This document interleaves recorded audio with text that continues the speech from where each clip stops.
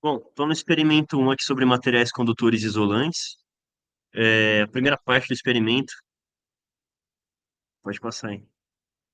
A gente fez as medidas de capacitância aqui. Então, o objetivo era medir a capacitância e o fator de dissipação de materiais dielétricos, de alguns materiais que a gente tinha na bancada e de um capacitor comercial. Então, de antemão aqui, as medidas que a gente obteve aqui foram para a fibra comercial, uma capacitância de 1,093 nanofarad, com fator de dissipação 0,71. Para o Prespon, a gente teve uma capacitância de 1,173 nanofarad e um fator de dissipação de 0,78. E o terceiro material que apresentou aí uma capacitância de 1,095 e um fator de dissipação de 0,65, a gente não conseguiu encontrar o nome dele no roteiro. Outra medida que a gente tomou aí foi a capacitância, na verdade, do capacitor comercial que a gente tinha na bancada. Então, a conclusão aqui, e conforme a gente vai ver no vídeo mais adiante, é que a capacitância variou conforme a constante dielétrica dos materiais testados, né? Onde o Prespon apresenta uma maior capacitância, bem como o maior fator de dissipação, de, é, indicando perdas no dielétrico, né? Consequentemente. E, por fim, a gente conseguiu medir, aí, utilizando uma ponte de impedância ali, baseada em uma ponte de Whetstone, com precisão a capacitância de um capacitor comercial é de 22 nanofarad. Nós vamos para o vídeo agora.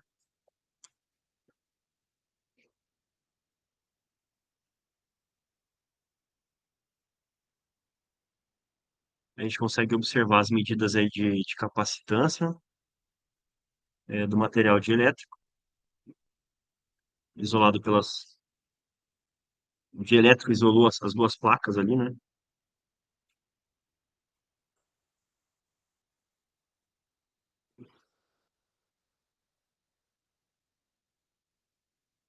Então, essa primeira medida aí a gente fez sem apertar, é, com as porcas borboleta. Depois que a gente apertou, a gente percebeu que a capacitância aumentou um pouco mais.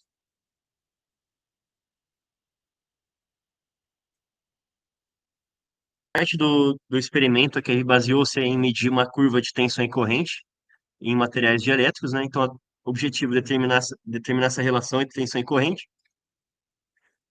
entre a tensão e corrente até a ruptura dielétrica. Então, basicamente, a gente aplicou uma tensão no material dielétrico, foi aumentando gradualmente essa tensão até observar uma ruptura dielétrica. E essa ruptura dielétrica, ela é representada aí por uma corrente transitória muito mais alta do que os valores medidos é, em momentos anteriores, concomitante a uma tensão muito baixa. Então, é como se fosse um curto mesmo.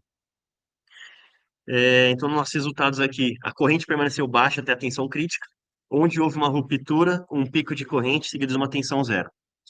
A gente também observou que os materiais úmidos apresentaram ruptura mais cedo, e de forma geral a gente conseguiu determinar a relação entre tensão e corrente até essa ruptura de elétron.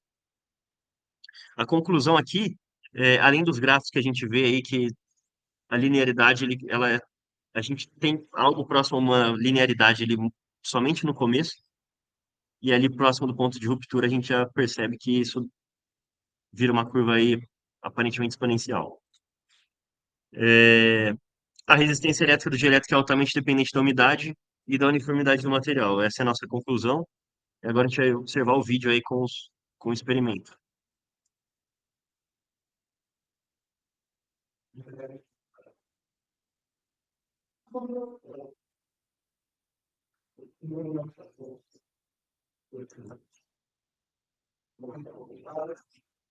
Beleza? Então agora a terceira parte. A gente fez medidas de resistência aí. O objetivo era medir a resistência, na verdade, uma curva de tensão e corrente, né? Que a gente obtém o coeficiente angular ali, é a resistência, para um resistor, lâmpadas incandescentes e um bulbo de lâmpada imersa num óleo com um Becker. Então, resultados. O resistor seguiu muito próximo à lei de Ohm, com um comportamento muito aproximadamente linear. Em contrapartida, a lâmpada incandescente, assim como o bulbo imerso no óleo, eles apresentaram um comportamento não linear que a gente atribui aí, e já era esperado, a uma característica da resistência em variar com a temperatura, né? Um outro ponto que vale destacar aqui é que o óleo mineral ele evitou o superaquecimento da lâmpada sem o bulbo, né? E aqui na direita a gente tem os gráficos aí de tensão e corrente. Observa que não há linearidades. A gente tem uma maior linearidade ali, muito maior que nos outros casos para o resistor, mas de fato a gente não segue a lei de Ohm aí para a lâmpada incandescente e o bulbo imerso no óleo, conforme a gente vai ver nos vídeos adiante aí.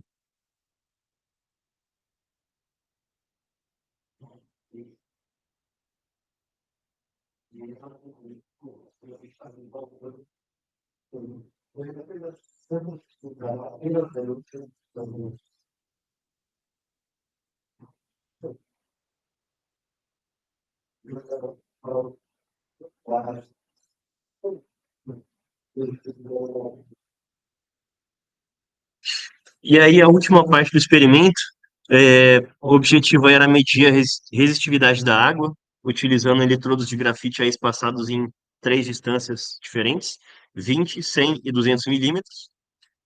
É, bom, resultados.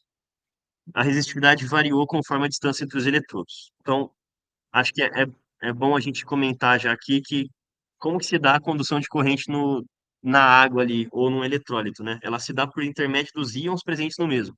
Então, como a água tem sais minerais imersos, esses sais aí, eles formam íons e se tornam condutores ali e um fluxo de corrente entre os eletrodos, né?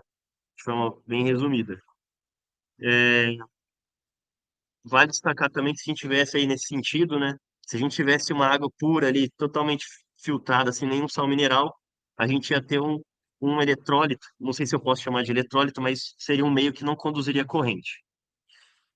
É, Aí a gente gostaria de destacar aqui também que durante o vídeo a gente vai observar a ocorrência de bolhas ao redor dos eletrodos de grafite. E por que que isso acontece?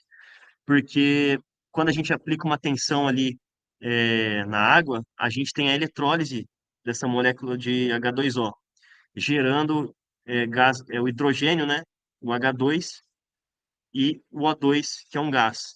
E aí o O2 é responsável por produzir essas bolhas aí que a gente observa próximo aos eletrodos. A gente consegue aqui ver também as curvas aí de tensão e corrente. Quanto maior a distância entre os eletrodos, a gente percebe que maior a não linearidade a gente obteve nessas curvas, conforme a gente esperava. E as conclusões aqui, é, a condução de corrente no eletrólito se dá por intermédio dos íons presentes no mesmo, conforme eu já mencionei.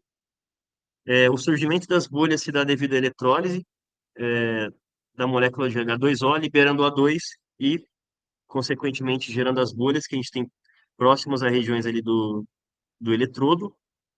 E um outro ponto que vale mencionar aqui é que quando a gente tem a ocorrência dessas bolhas aí próximo ao eletrodo, elas aumentam a área de contato entre o eletrodo e o eletrólito e elas acabam aí por aumentar a resistência medida. Então foi o que a gente observou aí no vídeo que a gente vai ver adiante.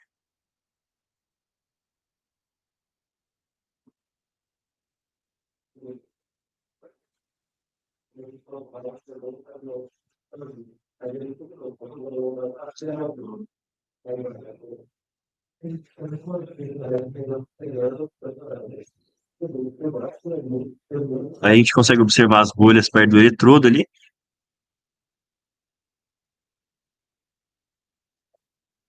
Isso aí acaba aumentando a área de contato ali entre eletrodo e eletrólito. Essa daí provavelmente é de 20 milímetros, então a gente consegue observar melhor isso. As bolhas surgindo, aumentando essa área de contato aí, consequentemente, a resistividade ali aumenta. E é isso. É isso.